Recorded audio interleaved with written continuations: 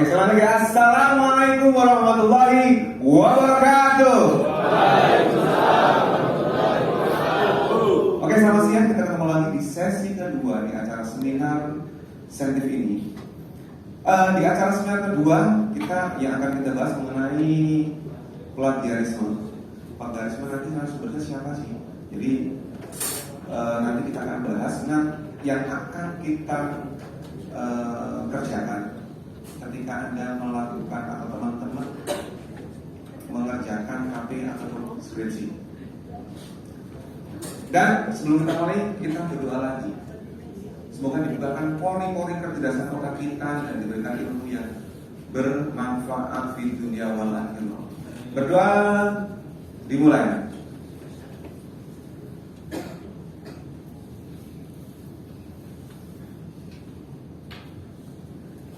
Selesai? Oke, langsung saja. Narasumber yang kedua kita sudah tidak asing lagi. Mungkin sering mengisi di seminar-seminar yang banyak sekali ya. Makanya siapa sih narasumber kita? Langsung saja kita lihat profilnya dulu narasumber kita. Oke, silakan.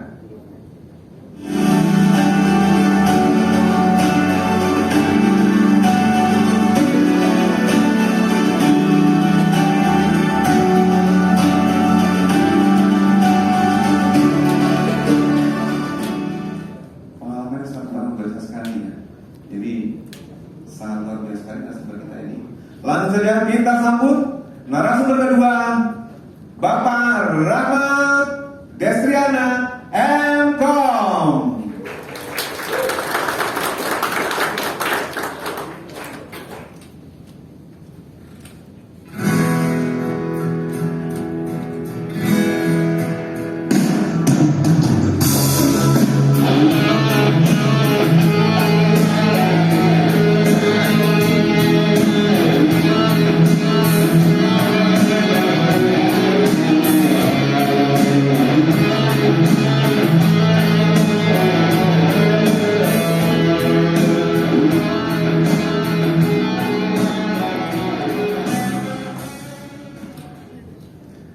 Apa kabar Pak Rahmat?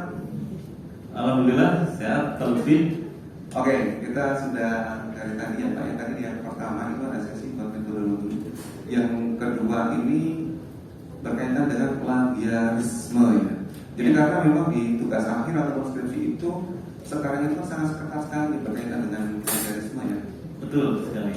Oke, nanti buat teman-teman ini bisa jadi acuan sekali ya, sangat penting sekali karena ketika nanti mengerjakan TA ataupun skripsinya KB, kalau plagiarismenya di atas 20% itu enggak kena ya Pak ya? Iya, betul. Oke, langsung saja ya, kita langsung simak bareng-bareng apa yang akan disampaikan oleh Bapak Rahmat. Oke, silakan Pak.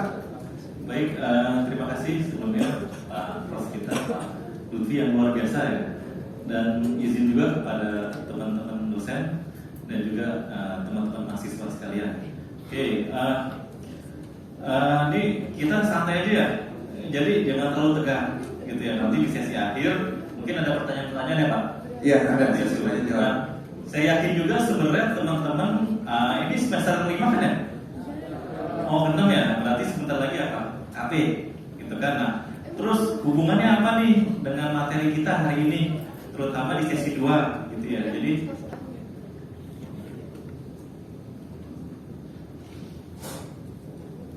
Oke, jadi di sini saya dikasih materi terkait dengan nanti nih apa yang teman-teman akan tulis di dalam KP dalam bentuk laporan gitu ya.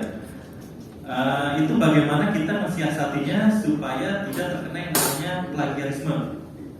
Sebelum masuk ke dalamnya, mungkin teman-teman udah tahu apa yang namanya plagiarisme. Ada yang tahu nggak? Plagiarisme atau plagiat? Hah? Apa? Copy paste. Ya. Jadi teman-teman udah pasti tahu yang namanya copy paste ya? Hah? Udah tahu ya. Jadi pengalaman saya kemarin nih pada saat ngasih tugas gitu ya. Misalnya sebuah studi kasus ataupun penulisan dalam bentuk laporan jurnal gitu ya. Ini semester 5 kalau nggak salah ada kelas C sama D kan ya? Ya. kemarin udah ketemu saya. Udah yang A sama B doang yang belum gitu ya. Jadi di kelas C sama D kemarin tugas akhirnya di UASnya itu saya suruh bikin jurnal gitu kan. Nah, jurnal itu apa nanti akan saya jelaskan. Nah, sebelum situ mungkin kita ngebahas terkait dengan yang namanya plagiat itu sendiri. Jadi gini, bahasa sederhana yang namanya plagiat itu adalah kita mencontek punya orang lain terus kita akui sebagai punya kita sendiri. Seperti itu gitu ya. Dan sebenarnya mungkin itu rahasia umum. Jadi kalau kita lihat histori ke belakang nih, yang namanya copy paste itu kan ada ketika teknologi itu berkembang. Dulu mungkin angkatan saya Pak Lutfi gitu ya, dan Pak Supri ya Pak, cara copy paste-nya berbeda, benar-benar manual. Kita mau nulis sebuah laporan akhir, kita cari bukunya, kita lihat, kita baca, terus kita salin. Sebenarnya kan secara logik sama gitu ya. Cuma yang sekarang adalah kita menggunakan teknologi. Kita tinggal klik kanan copy, terus kita paste. Itu rahasia umum gitu ya, dan itu hal biasa. Nah yang jadi masalah itu gimana? Yang jadi masalah itu adalah ketika kita mengutip punya orang, cuma kita tidak menaruh gitu ya narasumbernya, artikel sumbernya, ataupun tidak kita masukkan ke dalam yang namanya referensi. Gitu ya. Paham ya sampai sini ya teman-teman ya? Jadi emang dari zaman dulu tuh yang namanya copy paste udah ada, cuma emang karena zaman sekarang udah gampang, tinggal klik kanan gitu kan. Nah ini harus kita antisipasi nih.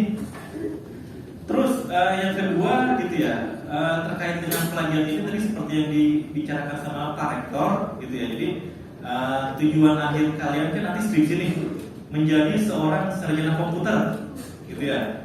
Nah apa sih yang dipertaruhkan gitu ya, apa sih hasil karya kalian gitu ya yang bisa kalian publikasikan, yaitu skripsi.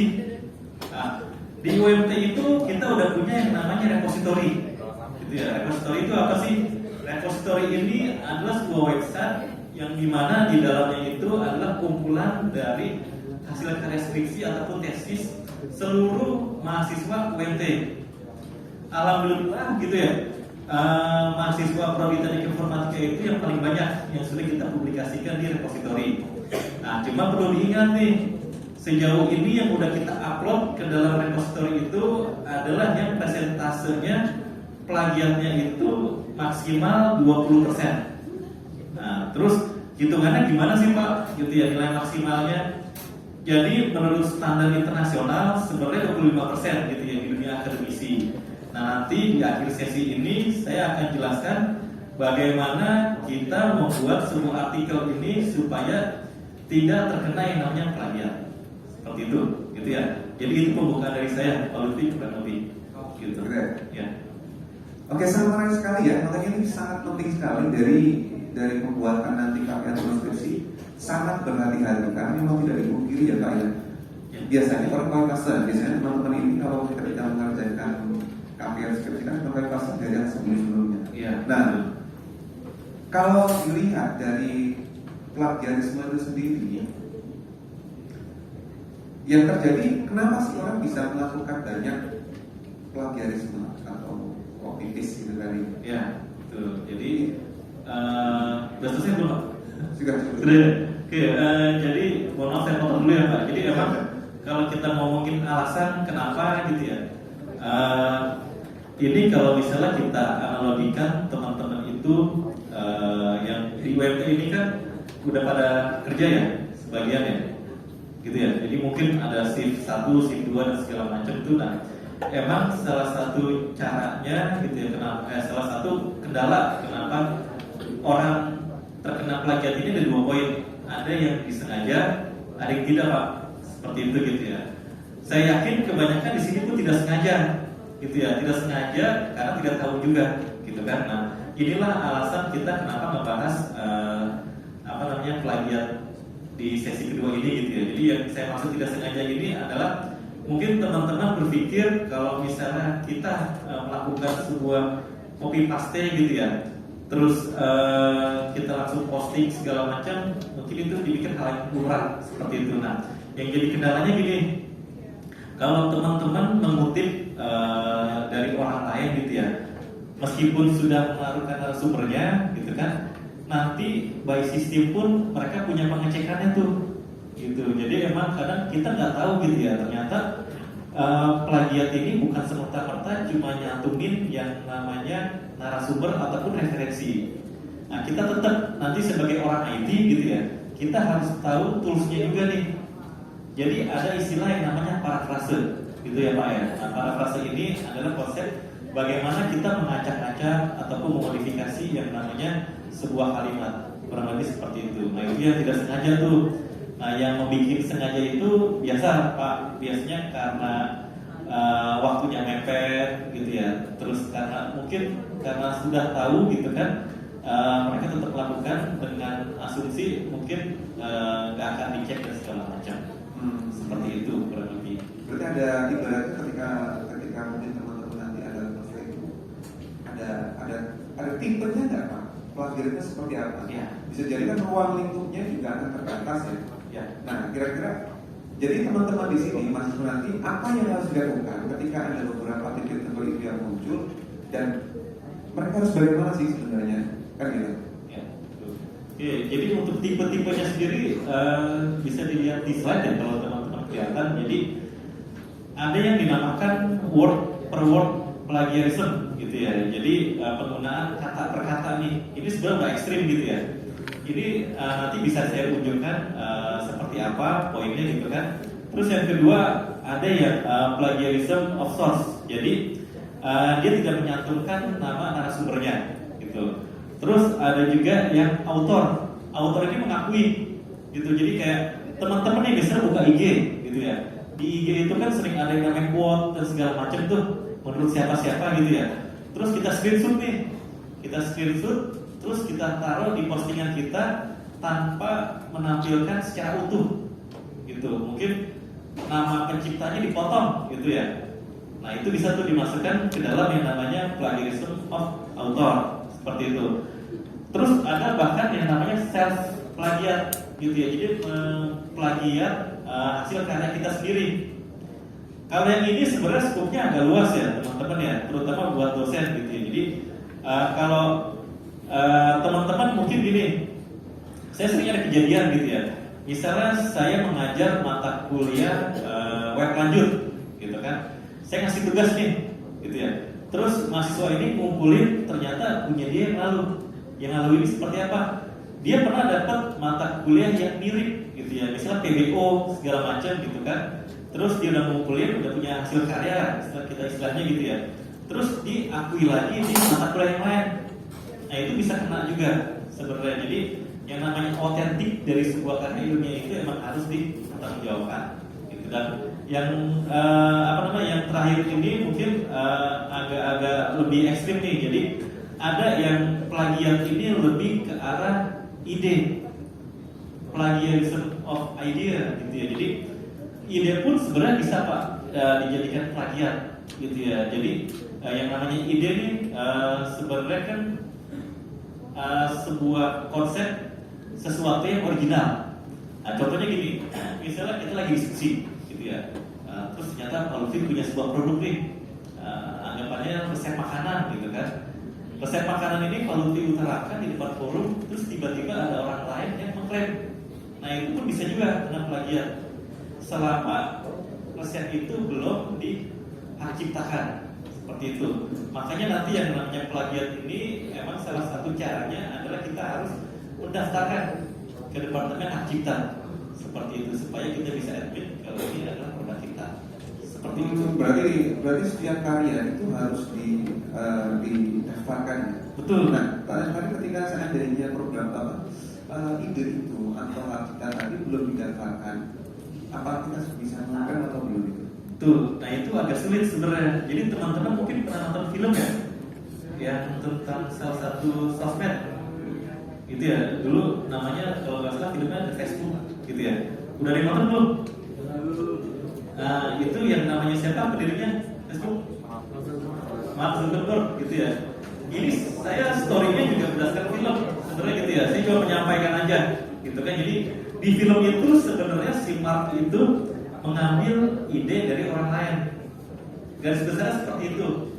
Cuma kenapa nggak jadi masalah? Karena orang yang sebelumnya dia belum menghakikan atau mendaftarkan ke hak cipta. Sama juga Pak, seperti yang masakannya si siapa? Franchise Bensu ya. Oh Nah, ya, itu ada yang kan ya? viral itu ya. gitu ya. Ya, itu. Nah, itu juga sama seperti itu gitu kan. Jadi si A mengklaim itu punya dia, sementara si B sudah mendaftarkan terlebih dahulu.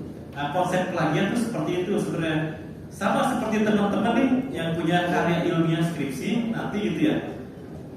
Kalau misalnya kalian sudah publikasikan terus di repositori gitu ya, terus dipakai sama orang lain, kalian bisa menggugat tuh nanti seperti itu gitu ya. Atau bahkan sebaliknya. Jadi emang resikonya sangat tinggi. Gitu ya. Berarti kira-kira bagaimana cara menghindari ketika teman-teman nanti sudah menggunakan, sudah membuat ya, teman-teman sudah membuat karya ilmiah, menghindari biar tidak dipakai atau didaftarkan dari. Ada halnya nggak? Apakah memungkinkan ketika KW atau skrip nanti bisa diciptakan, didaftarkan? Kira-kira bagaimana? Ya, bisa. Jadi teman-teman mungkin ketika nanti skripsi itu kan atau KP nih, gitu ya. Biasanya di lembar keberapa tuh ada surat pernyataan keaslian. Nah itu sebenarnya secara legal, secara hukum sangat berat, gitu kan. Itu langkah pertama kalau secara hukum karya itu adalah milik kalian, gitu kan. Terus yang kedua adalah dengan mempublikasikan ke dalam sebuah website institusi seperti UMT gitu ya.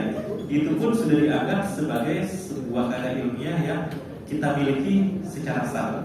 Oh berarti juga sudah ada portal sendiri ya Pak ya? Betul. Berarti minimal sebelum nanti teman-teman belum bisa mendaftarkan hak ciptanya, tapi sudah bisa mewakili dari institusi UMT sendiri. Betul. Seperti itu.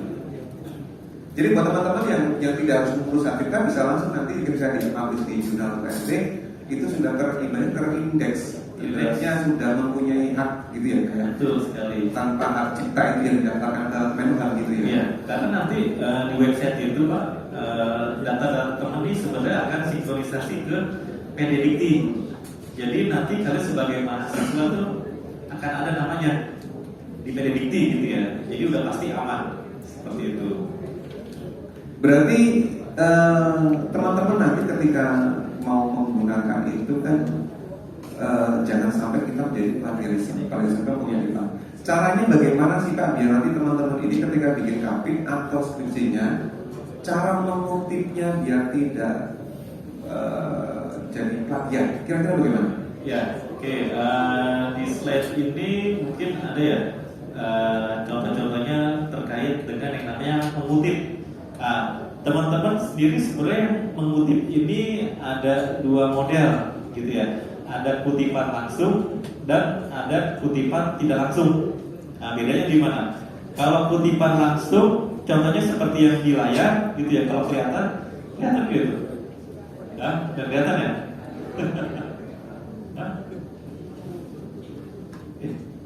Oke, saya zoom ya. Oke, ini saya jelaskan aja. Jadi yang namanya kutipan langsung itu ketika kalian mengambil copy paste tanpa mengubah isinya, disertai dengan narasumber. Nah itu dinamakan sebagai kutipan langsung. Kutipan langsung ada dua, ada yang kutipan langsung panjang dan kutipan langsung pendek. Kalau misalnya di skripsi ataupun KP biasanya ciri khasnya ada di bab berapa? Bab berapa biasanya? Kalau yang teori-teori itu bab 2. Di bab 2 itu misalnya yang tadi ya panjang ya. Misalnya kalian mengambil sebuah teori tentang metode waterfall. Biasanya kan kalimatnya panjang tuh, gitu ya. Nah itu dinamakan kutipan langsung. Selama yang kalian copy paste itu nggak diutak-atik kalimatnya, tinggal belakangnya ditambahkan pembuatnya gitu ya atau narasumbernya. Nah kalau yang lebih kecil atau cuma segaris berapa kata, gitu ya kata-katanya kita ambil doang, itu dinamakan kutipan tidak langsung.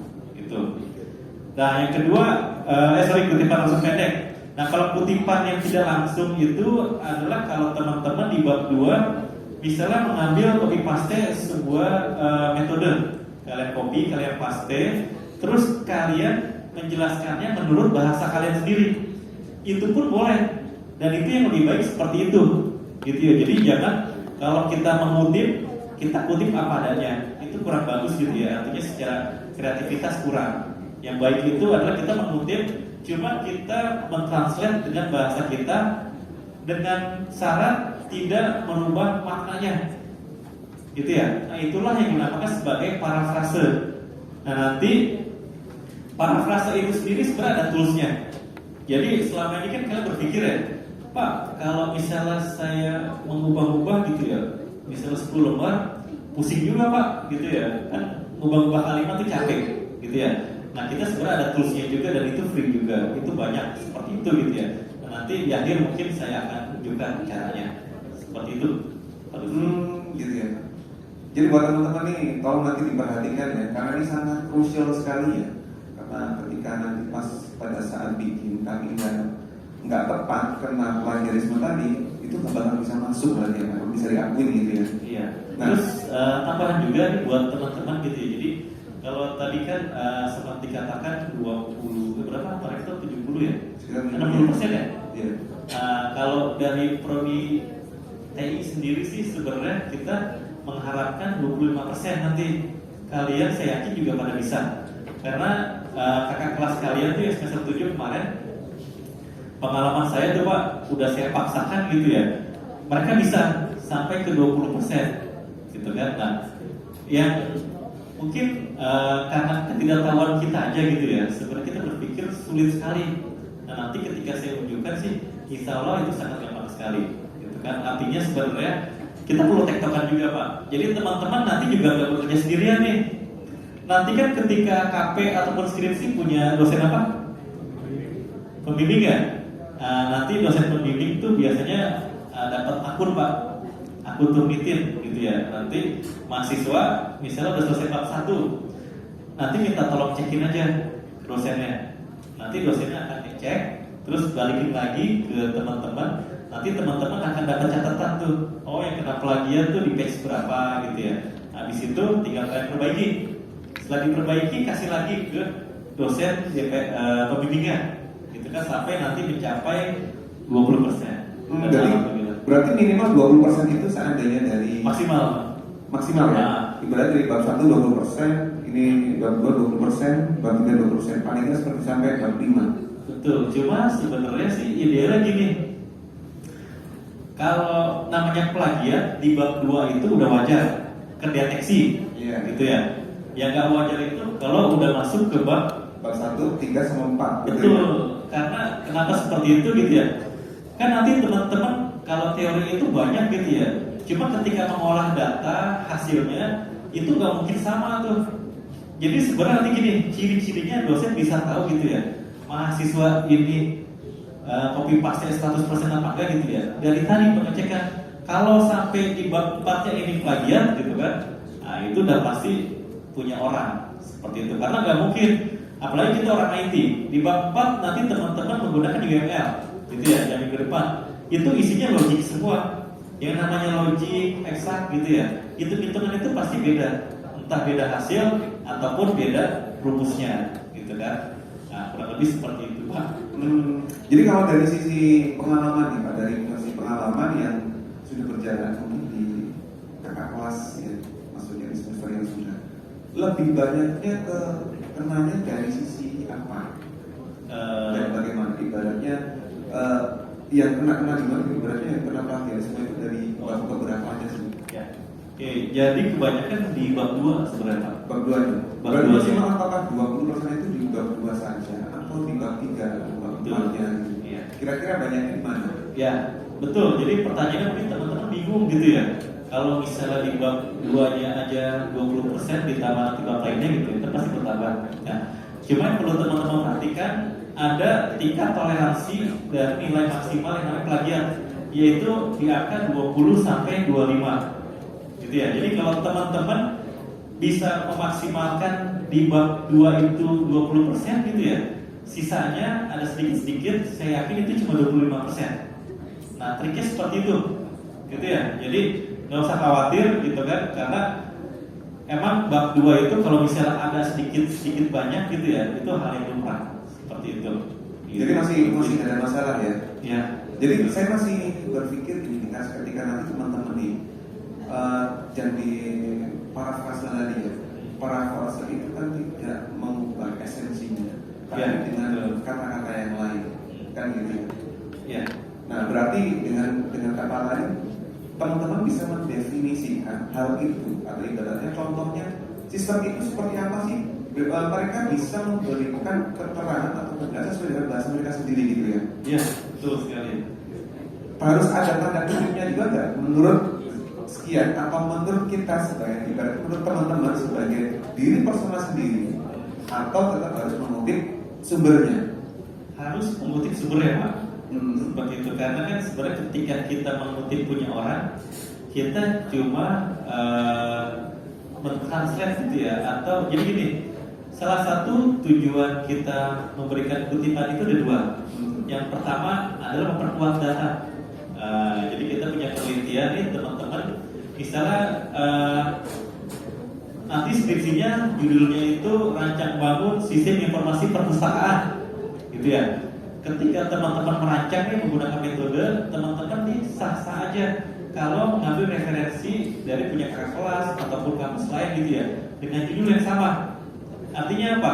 Referensi tersebut untuk memperkuat data kalian. Nah itu sah-sah aja, gitu ya, nggak apa-apa. Terus itu yang pertama ya Pak. Yang kedua untuk menjelaskan lebih lanjut terkait dengan skripsi kalian tuh tentang apa sih, gitu kan? Makanya nanti ada yang namanya literatur review, gitu.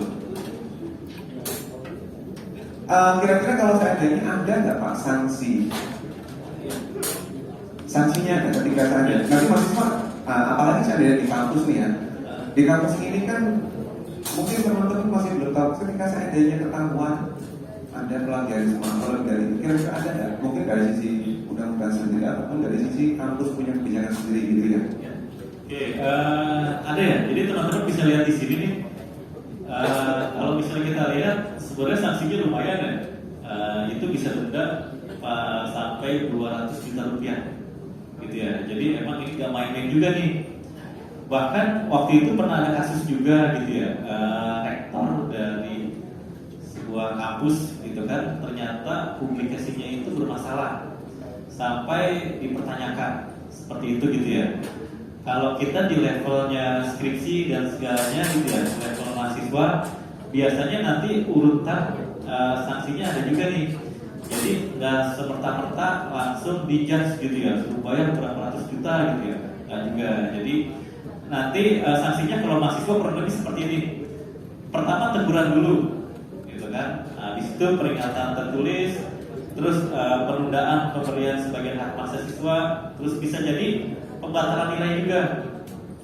Cuma biasanya nanti pertanyaannya gini, kok bisa sih sampai lolos gitu ya? Kan ada sidang ya Pak ya, ada sidang dan segala macam gitu kan. Nah, kalau di kita alhamdulillah nggak pernah ada kejadian gitu ya. Karena sebelum kejadian biasanya ketika ketahuan plagiatnya parah, itu dia nggak lulus Pak. Seperti itu, jadi nggak lulus juga. Nah itulah kenapa mau dimengerti nih buat teman-teman gitu ya. Kalau nanti ternyata nggak lulus karena hal ini, karena sanksinya sangat berat juga, seperti itu gitu ya. Cuma sampai saat ini sih belum ada. Sampai saat ini belum ada ya. Alhamdulillah gitu Pak. Ini bahkan di poin terakhir tuh kalau misalnya udah terlanjur gitu ya, ada yang namanya pembatalan ijazah, seperti itu. Karena nanti ketika terdeteksi ada plagiat sampai 70% ke atas, sampai 90 gitu ya, yang dibawa bukan sekedar nama pribadi, tapi nama institusi juga, gitu. Karena kalian kan gelar Eskom nanti kan melekat sampai tua tuh, nama Muhammadiyah akan dibawa sepanjang hidup lah, istilahnya seperti itu.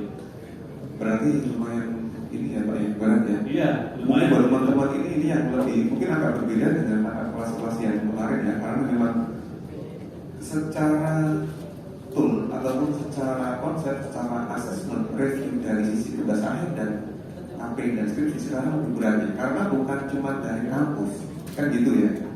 Nah, ketika nanti teman-teman ini membuat besok AP ataupun skripsi, apakah teman-teman bisa mengecek sendiri ketika yang apa yang dia bikin sudah sesuai dengan standarnya, maksudnya di bawah 20 atau yang lebih dari 20? Ya. Teman-teman ini mahasiswa nanti bisa ngecek ini Pak? Ya, kalau sejauh ini tuh teman-teman sih yang Pak terungkapkan tadi gitu ya, kita UMT itu udah beli akun Turnitin sampai ratusan juta gitu ya.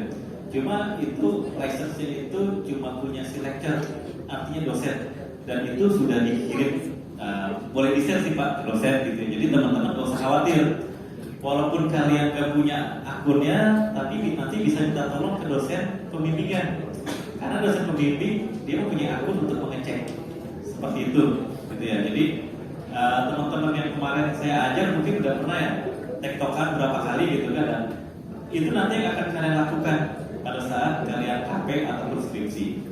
Jadi termonitoring sih Pak gitu. Sebenarnya jadi teman-teman ini nanti bisa langsung secara individu ketika ingin ngecek apa yang mereka sudah bikin teman plagiarisme atau tidak gitu ya Pak ya. Kalau langsung kayak sulit Pak. Sulit ya. Memang ada tool sendiri ya. Iya. Toolsnya ada cuma nggak di-share ke mahasiswa. Toolnya ada. License-nya bukan standar. Oh, license-nya bukan standar. Pengalaman kemarin beberapa kakak kelas kalian sih, mereka beli akun studentnya yang di Shopee ya. Di Shopee kan semua ada tuh. Jadi di sana dijual tuh akun-akun yang mungkin nggak lifetime, dan itu murah harganya. Jadi bimbingan saya kemarin itu dia beli akun Pak, itu harganya nggak nyampe 50.000, ya cuma 3 bulan gitu ya. Kan kalian skripsi juga nggak lama-lama gitu ya. Paling mulai fokus di bab 2 dan selanjutnya itu udah masuk ke pertengahan semester. Jadi sebenarnya triknya seperti itu Pak, kalau mau cepat gitu ya, beli akun sendiri di Shopee Pay yang murah gitu kan. Nah itu bisa tuh. Dan itu bisa digunakan buat teman-teman yang untuk ngecek apa yang dibikin sudah sesuai atau belum gitu ya. Iya betul. Yang kedua berarti nanti kedua langsung ke dosen pembimbingnya untuk minta dicek itu ya sudah sesuai atau belum gitu ya. Iya. Nah berarti kalau begitu tipsnya berkaitan dengan tadi Pak, ini ada kaitannya dengan metodologi tadi penelitiannya. Kalau kita ini ya. Ya kan, di metodologi itu kelihatan kan banyak ya.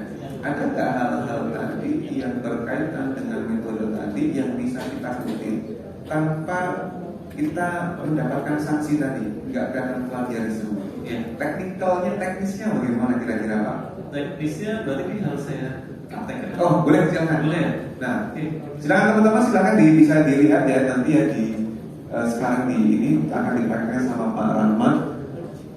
Bagaimana cara mengecek gitu ya Pak ya? Iya betul. Jadi teman-teman nanti akses ke webnya Turnitin ya. Tadi resolusinya saya kirim dulu.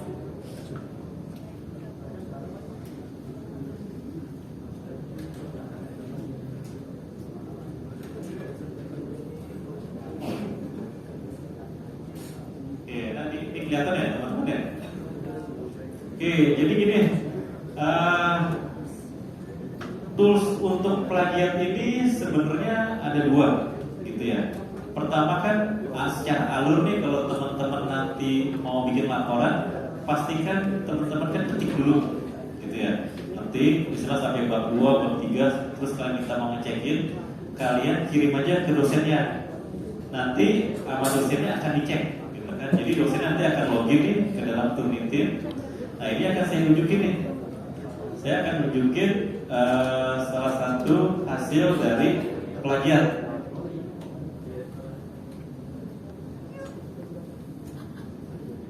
Oke, nah ini salah satu contoh nih. Ini kalau nggak salah dari kakak kelas ya, saya lupa nih. Nah ini dia berhasil sampai 17%. Tahu 17% dari mana sih? Nah pertanyaannya kan gitu ya. Jadi kalau misalnya ini saya klik, nanti di sini akan kelihatan nih. Saya plagiatnya di mana sih gitu ya. Nah, ini kelihatan. Jadi kalau di sana, kalau di sini warnanya beda gitu ya. Kita lihat di sebelah kanan. Nah, ini adalah sumber-sumber yang terdetek sebagai plagiat. Seperti itu. Jadi banyak nih. Gitu kan? Bukan dari satu tempat doang. Ada yang dari 1 2 3 dot, terus ada dari Course Hero gitu kan. Nanti teman-teman tinggal lihat nih di sebelah sini. Gitu kan. Nah, terus bawah, nah ini ada banyak nih ya. Ada yang namanya pengertian, gitu kan. Terus ada yang namanya ISSN, dan lain-lain gitu ya. Jadi yang mau saya titik beratkan adalah bagaimana sih caranya gitu ya untuk menghindari hal ini gitu. Jadi caranya tadi kita bisa menggunakan yang namanya parafrase gitu kan. Kalau misalnya kita lihat di sini, misalnya saya ambil contoh yang lain dulu gitu ya.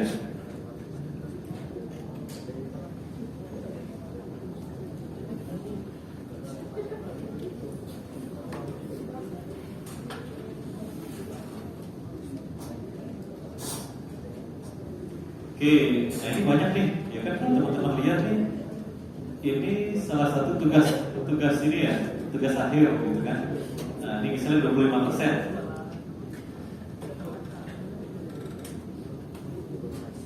Oke, nah ini dulu perbab nih. Jadi kalau misalnya teman-teman bisa lihat nih, ini banyak nih yang terdeteksi gitu kan. Ada di poin 12 ini dia ngambilnya dari mana gitu kan, nanti dilihat di sebelah kanan. Nomor 12 nih gitu kan, di samping sebelumnya sudah di Universitas Pamulang, dia mengutip dari Pamulang gitu kan. Nah di sini sebenarnya tugasnya ngapain gitu ya, kita tinggal merubah nih yang di Word ini kan dengan cara mengacak-acak katanya. Mengacak-acak ini pengertiannya bukan dibolak-balik doang gitu ya, tapi bisa juga ditambahkan ataupun diubah. Contohnya misalnya teman-teman mau merubah gitu ya, ini kan tulisannya di era globalisasi teknologi dapat mendukung pembangunan sistem informasi. Secara manual teman-teman bisa balik nih, gitu. Misalnya teknologi dapat mendukung pembangunan sistem informasi di era globalisasi. Nah itu kan sudah kalimatnya berubah, cuma maknanya sama ya. Nah yang jadi masalah adalah apakah kalian mau melakukan semuanya secara manual? Nah kan sulit tuh ya. Nah, jadi teman-teman nanti tinggal di parafrase menggunakan tools saja, gitu kan? Toolsnya banyak. Jadi kalau teman-teman lihat nih, tinggal buka aja nih Google, gitu kan? Terus ketik aja parafrase online, gitu. Nanti di sini opsinya banyak sekali, gitu kan? Misalnya kita coba pakai yang ini. Nanti kita buka aja. Ini adalah sebuah website khusus untuk memparafrase atau mengacak-acak kata, gitu kan? Misalnya, contohnya saya dari Word nih. Nah, misalnya ini saya copy paste nih kalimat ini ya. Ini saya copy paste, saya taruh di sini. Terus teman-teman kalau mau ngacak, tinggal diklik ini aja nih, parafrase. Nanti dia akan mengacak. Cuma yang perlu diperhatikan di sini adalah jangan terlalu sering mengacak-acak katanya. Ini kan bot ya, robot gitu ya. Dia pakai logic doang, dia nggak pakai perasaan nih di sini. Jadi semakin sering kita klik parafrasenya, maknanya nanti akan berubah. Seperti itu. Jadi kalau emang udah mentok, maknanya berubah, ya itu harus dilakukan manual. Cuma kan manualnya pun berbeda dan dari awal lagi ya. Seperti itu. Nah, kurang lebih seperti itu. Gampang kan ya? Jadi buat teman-teman bisa ini ya, latihan sastra gitu. Iya, dari sastra mau nggak mau harus bisa merubah atau mengupdate kata-kata dengan esensi yang sama tapi dengan bahasa yang berbeda. Ya, begitu ya Pak ya. Nah, ini adalah kan tingkat pencegahan gitu ya. Ketika nanti kalian udah jadi nih laporannya. Nah sebelum laporannya kan teman-teman harus bikin kutipan yang benar tuh, gitu kan? Ada juga aplikasinya, itu juga open source, gitu ya. Itu dinamakan si Mendeley ini, gitu ya. Jadi Mendeley ini apa sih? Mendeley ini adalah sebuah tools atau aplikasi untuk membuat yang namanya kutipan ataupun yang namanya referensi. Jadi kalau misalnya saya tanya nih, kalian kalau bikin referensi manual atau gimana? Daftar pustaka manual ya. Nah nanti dengan tools ini udah gak manual lagi, jadi nanti akan kelihatan gitu ya.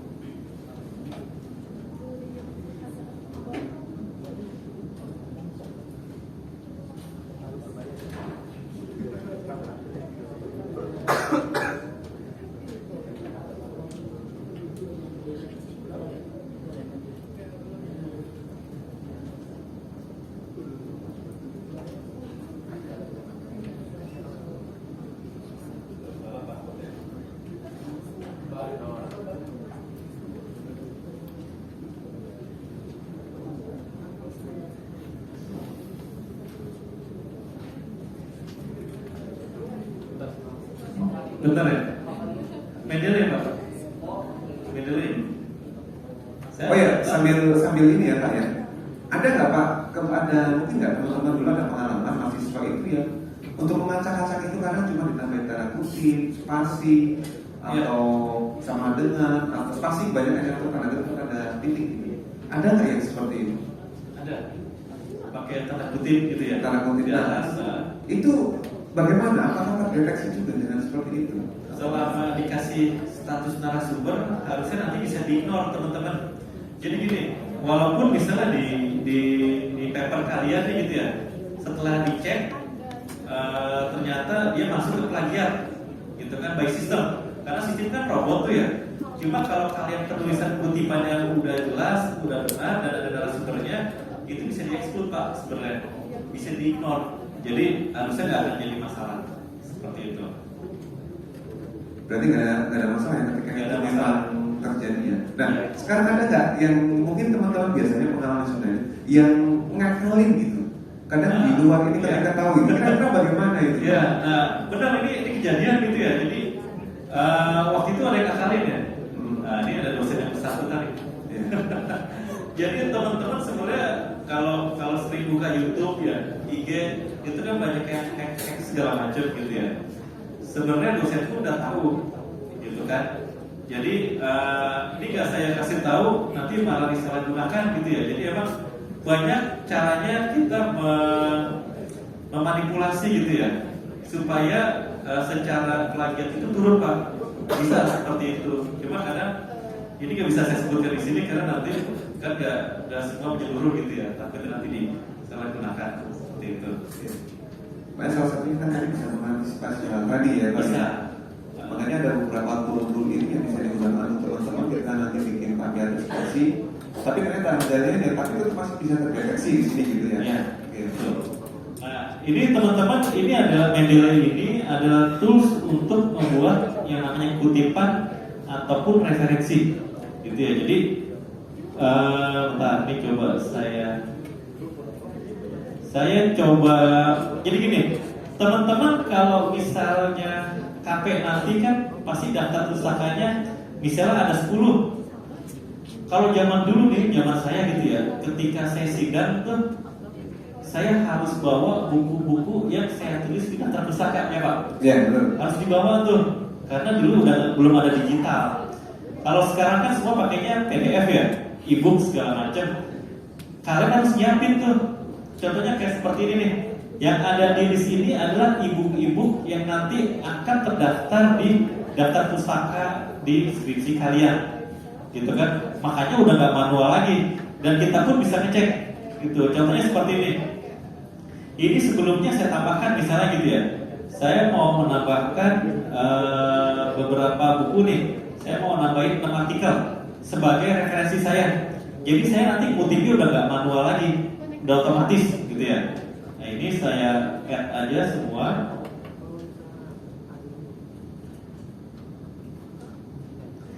Ini yang saya presentasikan langsung operasionalnya gitu ya. Mungkin nanti saya mau ngasih masukan ke ketua panitia sama tim ya. Mungkin kedepannya ada workshopnya ya Pak, terkait bagaimana cara menulis paper yang baik dalam meminimalisir yang namanya plagiarisme. Betul. Itu teknik yang sangat dibutuhkan sekali buat teman-teman ini. Bisa jadi nanti bukan cuma seminar di sana, tapi secara teknikal workshopnya bukan cuma UML, tapi ada untuk paper ini Pak. Karena ini sangat penting sekali kan gitu. Betul Pak. Ketika mungkin teman-teman nanti kan referensinya biasanya dari perpustakaan nih. Ketika di perpustakaan, ketika ngelihat, nanti ketika ngopi dicek lagi nanti sama Pak Rahmat.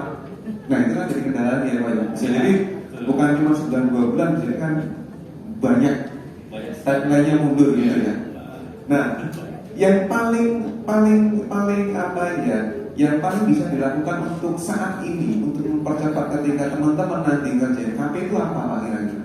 Ya, jadi kisi-kisinya sih sekarang nih harusnya teman-teman udah punya template gitu. Jadi gini, udah rahasia umum juga nih, gitu ya. Kalau zaman sekarang itu kebanyakan orang KP, skripsi pasti punya template dari kakak kelas, gitu ya. Itu udah pasti itu, gitu ya. Jadi jarang yang tulis dari nol lagi, dan itu hal yang wajar sebenarnya gitu ya. Cuma yang jadi perhatian ini kan adalah bagaimana kita bisa meminimalisir. Jadi kalau kiat-kiat dari saya sih sebenarnya teman-teman nih langsung start dulu di bab 2 gitu kan. Gini, kalau kalian punya judul, kalian kan ngambil landasan teori itu berdasarkan judul.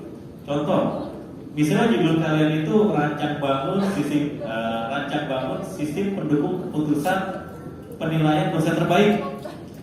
Landasan teorinya gampang. Pertama, landasan teori itu ada 2, ada yang umum, ada yang khusus, gitu ya. Yang khusus itu lebih ke area spesifik kita orang IT. Umum ini yang bersifat global. Nah, yang umum paling gampang. Contoh, tadi judulnya kan rancang bangun. Rancang ini teorinya dari mana kita dapat? Kita cari itu referensinya, masukin bab 2. Rancang bangun, gitu ya. Rancang bangun itu dari mana teorinya?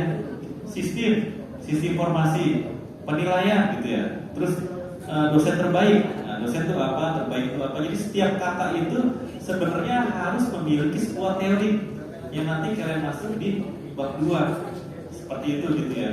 Nah, itu bisa kalian kerjakan dulu sebenarnya. Karena kalau kalian punya template dari kakak kelas, biasanya isinya itu aja.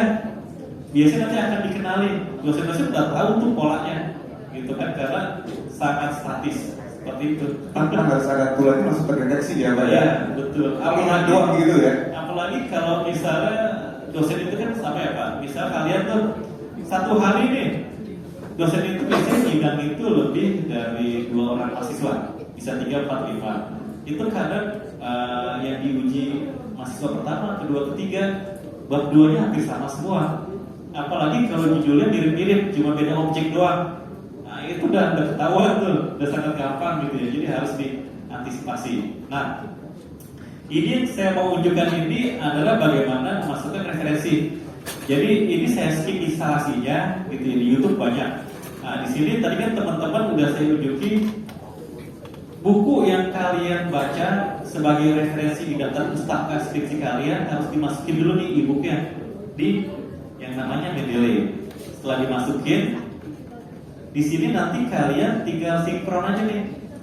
Kalian tinggal update from library. Jadi gini, di Word ini nanti mungkin kalau ada workshopnya gitu ya, ada sebuah aplikasi pluginnya si Mendeley. Jadi dia akan sinkronisasi, gitu kan? Sinkronisasi ini, Word ini akan menarik data dari si Mendeley, dari Mendeley sini, gitu kan? Jadi kalau misalnya kalian lihat nanti nih, misalnya kalian mau ketik tadi itu judulnya ini.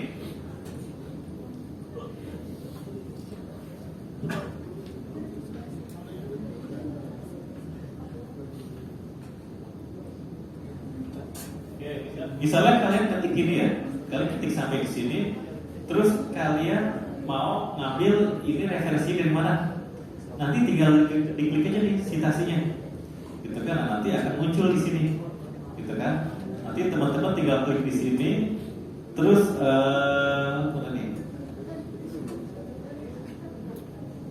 Ini kita change dulu. Nah, ini kalau teman-teman perhatikan gitu ya. Ini kan di sini ada macam-macam nih style gitu ya. Ada yang IEEE, terus ada yang apa. Ini terkait dengan bentuk dari nanti hasil data pustakanya. Seperti itu. Nah, misalnya sekarang di sini saya mau insert yang namanya citasi ya.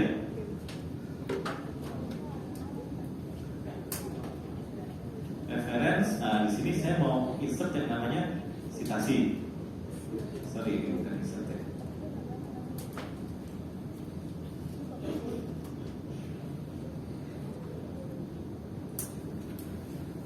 Nah, nanti jadi di sini nih. Jadi kalau kalian nanti punya yang namanya berurutan gitu ya, dia akan otomatis ngambil dari sini, gitu kan? Jadi sebenarnya udah nggak manual lagi gitu ya. Jadi apapun yang sudah dimasukkan di sini nih, di sini nanti akan terindex, gitu kan? Jadi enterprise resource planning ini punyanya siapa nih, gitu ya? Entah punyanya si apa namanya itu Smith ataupun si Petrovic gitu ya. Nah itu macam-macam seperti itu gitu ya. Jadi nanti teman-teman tinggal ikuti workshopnya aja gitu ya. Cuma yang mau saya pertegas di sini adalah jangan sampai nanti kalau teman-teman bikin yang namanya bibliografi itu ataupun yang namanya daftar pustaka, itu dibuat secara manual lagi, gitu ya. Jadi harus by system, gitu. Jadi kan kasusnya gini Pak. Jadi kebanyakan itu misalnya teman-teman dapat dari kakak kelas, gitu ya. Terus karena daftar pustakanya, kalau dulu saya mikirnya gini, semakin banyak daftar pustaka itu semakin bagus. Iya. Gitu. Nah, sebenarnya konsep itu salah teman-teman. Jadi kemarin itu banyak daftar pustaka yang sebenarnya tidak berhubungan. Contohnya misalnya juga tentang sistem penentuan keputusan gitu ya. Terus tiba-tiba di daftar pustakanya ada bahas tentang yang namanya ekonomi, akuntansi gitu ya, ataupun lain-lain. Nah, itu juga nggak bagus seperti itu gitu ya. Jadi emang harus sesuai dengan konten dari si skripsi tersebut. Tapi ada nggak Pak batasnya ketika menggunakan referensi itu? Kira-kira sampai kalau kebanyakan juga nggak bagus, kan harus disesuaikan nih dengan topiknya atau temanya, kan gitu. Dan Anda nggak tahu yang berlaku. Kira-kira ada beberapa lama belakang sih. Iya. Nah, bisa penting nih, teman-teman juga mengetahui hal itu. Kalau seandainya kita menggunakan di referensi tahun 2005 atau 99 gitu, kira-kira masih bisa nggak sih? Iya. Nah, itu bagaimana itu? Iya. Jadi teman-teman kalau ngambil referensi itu kurang lebih itu 10 tahun ya, Pak Dias ya? Nah, 10 tahun ke belakang.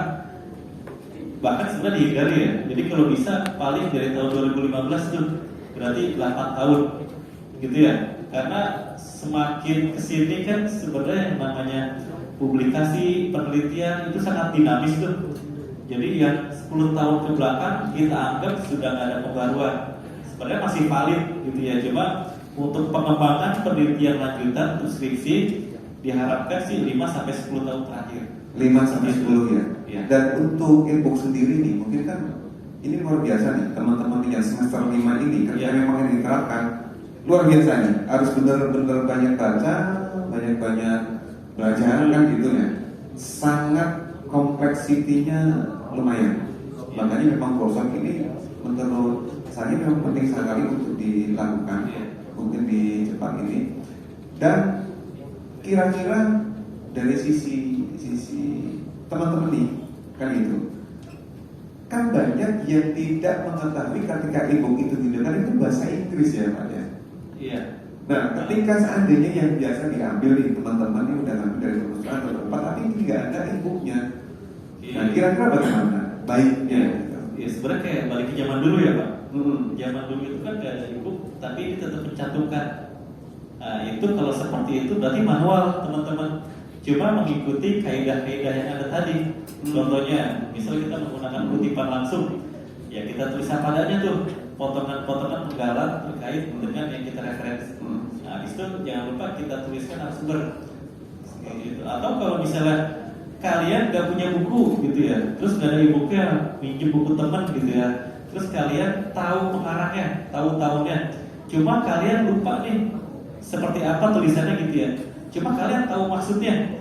Nah itu boleh tulis aja menurut bahasa kalian gitu kan. Tetap dikasih narasumbernya seperti itu. Oh gitu. Berarti untuk mengantisipasi teman-teman untuk mengantisipasi e-book referensi tadi literaturnya, ketika bisa nggak Pak ketika menggunakan jurnal yang berbahasa Indonesia. Nah untuk dikutip tadi ketika jurnal itu sudah masuk ke Mendeley itu ya. Berarti mending teman-teman ini menggunakan itu. Ketika buku yang mereka gunakan tidak ada, tapi adanya bahasa Indonesia cuma dari jurnal itu. Berarti gitu ya? Iya, kurang lebih seperti itu. Jadi nggak ada masalah juga. Yang penting adalah pertama sih intinya domain utamanya itu adalah narasumber. Nah, kalau narasumber ada, itu biasanya kita udah aman. Tinggal nanti cara penulisan tuh. Nah kebetulan karena kita bukan teknik sastra, kadang kekurangannya seperti itu punya keterbatasan untuk secara penulisan tuh ya bagus seperti apa sih kayak gitu. Berarti dari sisi bahasa mungkin teman-teman ini dari sisi bahasa ketika punya keterbatasan, ketika di Mendeley-nya ada e-booknya, ketika nggak tahu atau mungkin terbatas, pakai yang jurnal tadi ya Pak ya, yang berbahasa Indonesia, gitu ya Pak ya, untuk yang berbahasa Indonesia tadi ya. Iya. Karena ketika nanti menggunakan sumbernya saja, bukunya saja, bisa aja ditulis sesuai dengan buku. Ketika dia dimunculkan atau di scanning lah, gampang dilihat ini terdeteksi juga. Bisa jadi seperti itu kan? Iya. Makanya untuk amannya ketika tidak ada buku berarti pakai yang tadi jurnal atau kesulitan bahasa Inggris ya. Kalau memang bahasa Inggrisnya banyak. Iya. Bahasa Indonesia kan ada nih. Iya. Nah, Sebenarnya kalau misalnya kita mau ngambil buku bahasa Inggris, terus kita tuangkan ke Indonesia pun nggak masalah, ya Pak. ditranslate gitu. Ditranslate. Boleh. Betul. Malah sebenarnya kalau kita mentranslate, itu kan tetek. Kelebihannya seperti itu. Tinggal kita tambahin referensi di belakangnya. Oh gitu. Ini buat teman-teman yang pengen besok mengutip dari ebook bisa tinggal ditranslate, itu malah lebih meminimalisir ya deteksi ternyata ya. Betul. Jadi triknya sebenarnya seperti itu, teman-teman. Misalnya teman-teman ngambil sebuah referensi dari buku bahasa Inggris, gitu ya. Terus kalian masukkan ke paper kalian dalam bentuk bahasa Indonesia. Biasanya itu jarang terindeks, kedetek. Jadi konsepnya gini, teman-teman. Konsepnya itu kan kalau di Turnitin ini nih, ini ketika saya ngecek nih, ini saya coba masukin artikel ya. Saya coba menjalankan pengecekan plagiat. Ini saya submit sebuah artikel, misalnya 1 gitu ya.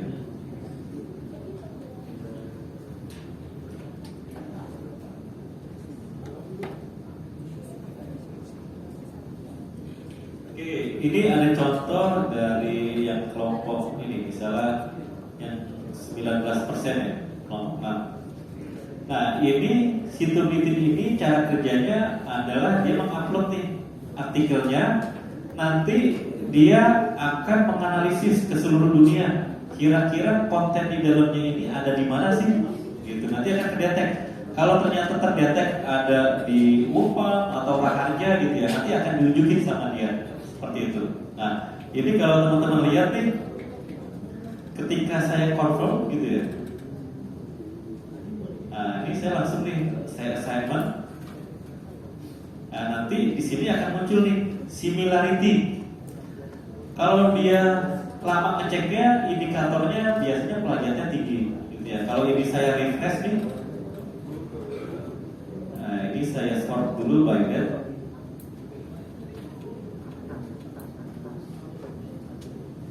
Nah, ini ada nih tadi dicek nih, ternyata similarity-nya itu adalah 18%. 18% itu dari mana aja sih dia, gitu kan? Nah, ini tinggal kita lihat nih di sini. Di sini nanti akan dimunculkan dia terindeks kemana. Nah, ini ada dari media teliti, ada dari mana tuh? Konsorsium ya. Terus ada dari jurnal UMT juga, gitu kan? Dan segala macam. Cuma perlu teman-teman perhatikan, emang ada beberapa yang di sini karena dia sistem gitu ya, dianggapnya plagiat padahal enggak. Contohnya kayak header nih gitu ya, header ini pasti sama semua kalau punya UMT gitu kan. Ini nanti bisa kita exclude gitu ya. Cara exclude gimana? Itu nanti pakai akun dosen gitu kan. Ini tinggal saya exclude aja nih, gitu kan. Saya exclude sebentar. Nah, ini nanti saya exclude aja nih. Mana sih yang ternyata terdetek di sini, cuma sebenarnya itu bukan plagiat, gitu ya. Jadi emang nilai di sini ini masih bisa turun. Kalau bisa naik lagi jarang, yang pasti bisa turun gitu ya. Jadi kalau kiatnya, makanya kalau kalian skripsi itu kan halamannya banyak tuh ya, KP banyak tuh Pak.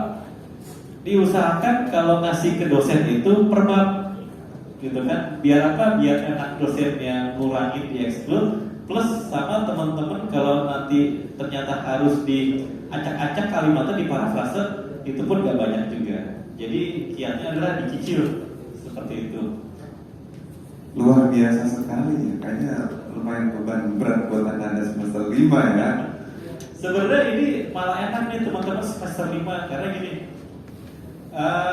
yang akan nanti dipublikasi di repository itu adalah skripsi secara publikasi gitu ya. Makanya yang KP ini kan sebenarnya pembelajaran gitu kan, bagaimana kalian menghasilkan skripsi kalian tuh bisa maksimal, karena kalian di sini tuh proses belajar nih, belajar dari mulai penulisan itu udah pasti ada buku panduan, dari metodologi juga tadi ada.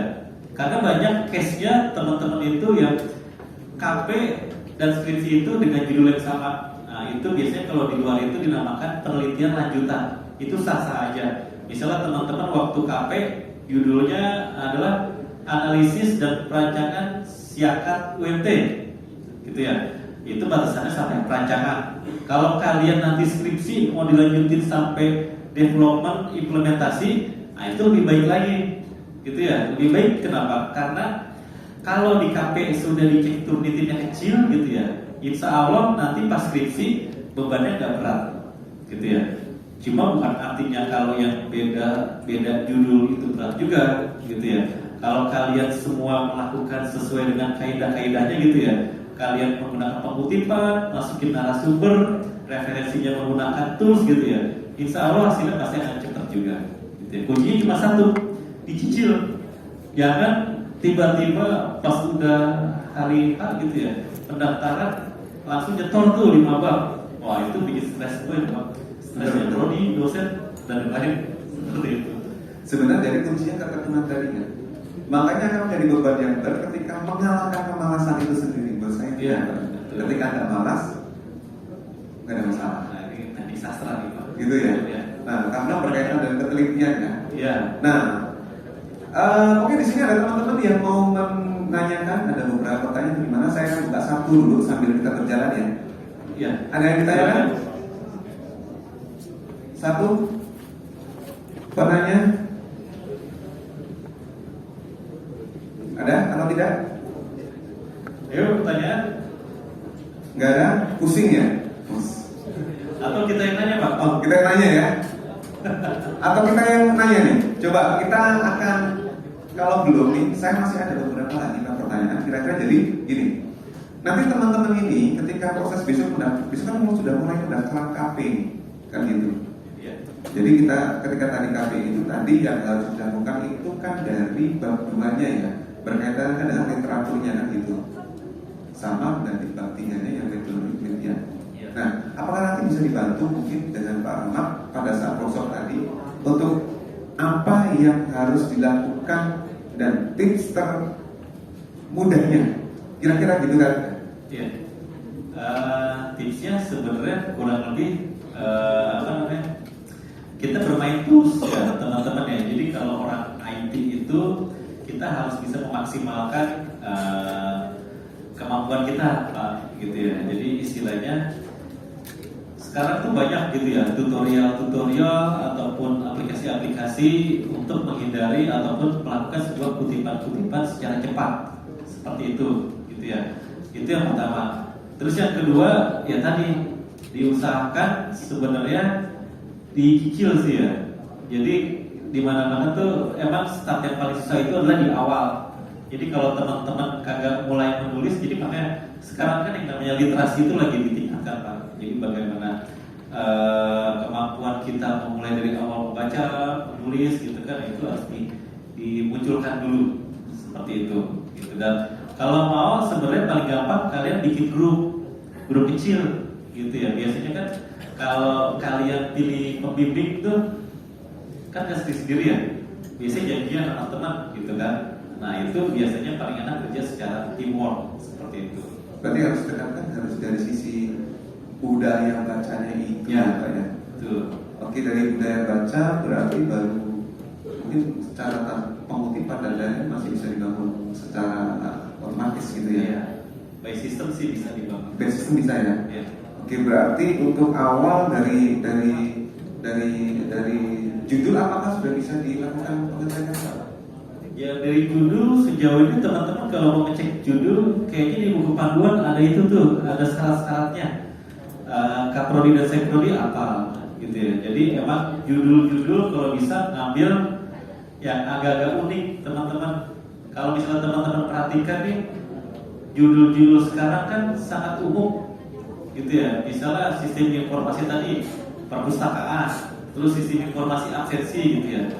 Jangan yang seperti itu sebenarnya. Jadi ini sebenarnya inline dengan yang Pak Ajak tadi gitu ya. Kalau saya sendiri sebenarnya mau mengusulkan gitu ya buat teman-teman, pakai judul yang umum boleh. Yang penting ada keunikan di dalam metodologi pengembangannya ataupun analisisnya, gitu ya. Karena kalian kan sebenarnya kalau dicari secara originalitas judul sangat sulit zaman sekarang. Kalian cari itu di Google, semua judul pasti udah ada, gitu kan? Nah, yang kita kembangkan, yang kita munculkan tuh apa? Yaitu keterbaruannya. Nah, keterbaruannya ini bukan berarti baru. Data yang lama kita kembangkan pun itu bisa menjadi hal yang baru. Nah, sebenarnya konsepnya seperti itu, Pak. Kalau kita kebingungan gitu ya, ngambil judul apa sih gitu kan? Nah, ngambil judul yang lama aja nggak apa-apa. Cuma kita munculkan metode yang jarang dipakai di sini. Oh, berarti judul yang sama dengan metode yang berbeda. Betul. Ya, beda. Misalnya saya pernah bikin aplikasi sistem informasi perpustakaan berbasis PHP gitu ya. Terus ada inisiatif nih, dia mau mengembangkan yang sama cuma berbasis Android. Nah itu kan berarti ada keterbaruan, ada perubahan yang lebih kekinian. Nah itu boleh-boleh aja. Oh, berarti ada judul dengan judul yang mungkin hampir sama. Betul. Tapi metodologi yang berbeda bisa. Ya. Apakah berarti setidaknya ada inovasi baru dari judul itu sendiri gitu ya? Betul. Soalnya kalau kita nyari yang benar-benar baru sangat sulit. Semua pasti udah ada sekarang. Cuma pengembangan saja ya. Ya, pengembangan. Memang kalau kita lihat di sini sebenarnya lebih ke kayak ada sangat keilmuannya gitu ya. Ya. Sanatnya jelas gitu. Jadi ada ini dari siapa, dari siapa, dari siapa, dari siapa, dari siapa gitu ya. Hampir sama dengan kayak orang belajar agama kayaknya gitu. Harus ada sanatnya jelas gitu ya. Iya. Ternyata ilmu juga sama ya. Oke, dan ada lagi yang ditanyakan? Kayaknya udah pada lemes sedikit lagi, kita lagi selesai. Kalau ada yang nanya nanti saya tutup nih, ya kan? Gimana? Ada yang ditanyakan? Ayo. 1, 2, kita kasih hadiah ya? Ya, boleh. Kita kasih hadiah ya. Ada yang nanya kita kasih Berapa pertanyaan? gelas atau piring atau mungkin panci atau bisa gitu. Ada? Ada yang ditanyakan? Kayaknya masih ini nih. Ini nggak ditanya karena nggak paham atau karena belum paham juga gitu ya? Apa sudah paham? Sudah paham kayaknya ini Pak Alan. Memang tadi kan jadi teman-teman mahasiswa kan sudah dikeluarkan pori-pori kecerdasannya, jadi penangkapannya dia luar biasa gitu ya. Jadi alhamdulillah ya, udah paham ya. Alhamdulillah. Udah tahu belum pelajar tuh apa? Kalau misalnya ditanya, Oke, sekarang kita tanya aja Pak. Kan kita tunjuk bisa itu. Langsung ditunjukkannya Pak Ahmad yang ini. Boleh Pak, kita sambil main-main gitu siapa yang kira-kira yang jago nih? Yang mana ya? Atau kita undi saja? boleh. Bedding ya? Boleh minta Pak Fadil boleh minta daftar list hadirnya? Yes.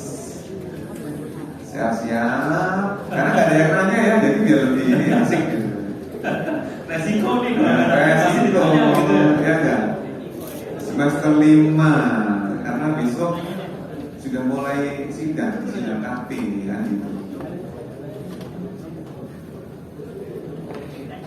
Oke, ada lagi sambil nunggu itu Pak, ada lagi nggak Pak hal yang lain yang mungkin bisa membantu teman-teman untuk mempermudah ketika membuat tulisan atau mungkin menemukan ide atau yang berbeda dengan yang lain? Ya, oke. Jadi yang pertama sih udah pasti ya, teman-teman harus sudah punya bayangan dulu. Jadi kalau tadi kan ada pertanyaan juga dari Pak Dedi ya, kalau misalnya di UMT ini kan kebanyakan apa? Judul dulu baru ke cari lokasi ya.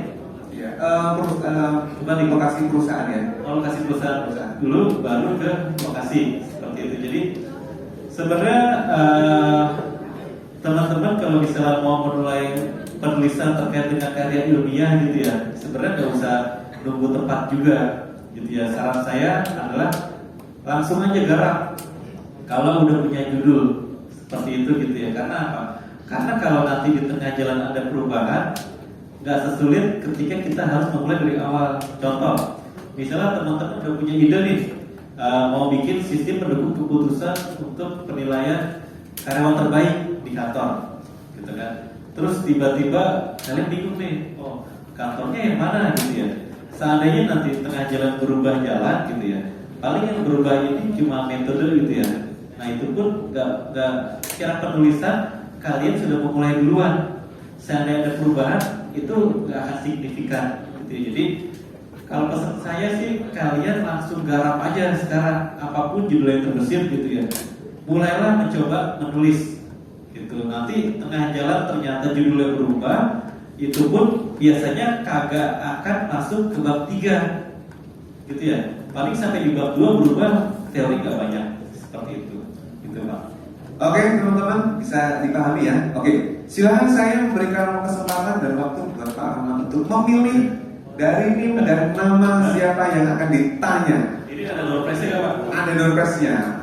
Lagi. Sampai itu ya? Door prize ya Pak? Oke, ini dia Pak. Apakah ini? Ini isinya jam atau apa? Isinya ini kayaknya sebuah ini ya. Apa ya? Coba nanti kita sendiri. Ini saya dapetin dulu nih. Oke, silakan ya, dan duduk semuanya ya. Oke, sebelum dan duduk coba biar agak refresh dulu. Kita coba tarik nafas, silahkan semuanya keluarkan. Tagline-nya ya Pak. Tadi informatika, merdeka belajar. Tadi informatika, merdeka berkarya. Oke, biar semangat. Suaranya mana? Saya jadi konser kalau di sini dulu Pak. Ya malam yang lalu lah gitu ya. Pak, ini pesertanya kan ada yang dari reguler, ada yang P2K dan ada yang PKUB. Boleh Pak satu-satu Pak. Nanti ditambah 3 hadiahnya. Ada lagi hadiahnya? Ada. Oke. Jadi bisa dari tiga kelompok ya. Kelompok belajar gitu ya. Oke. Yang ini yang dari sini yang PKUB atau yang biasa campur ya? Oke. Saya ingin tahu suaranya nih. Saya kayak ini dari konser dulu saya turun 5 kota ya. Teknik informatika, merdeka belajar. Coba. Keren lagi suaranya. Teknik informatika. Oke, keren. Thank you. Tengah, dia semangat itu kan. Teknik informatika.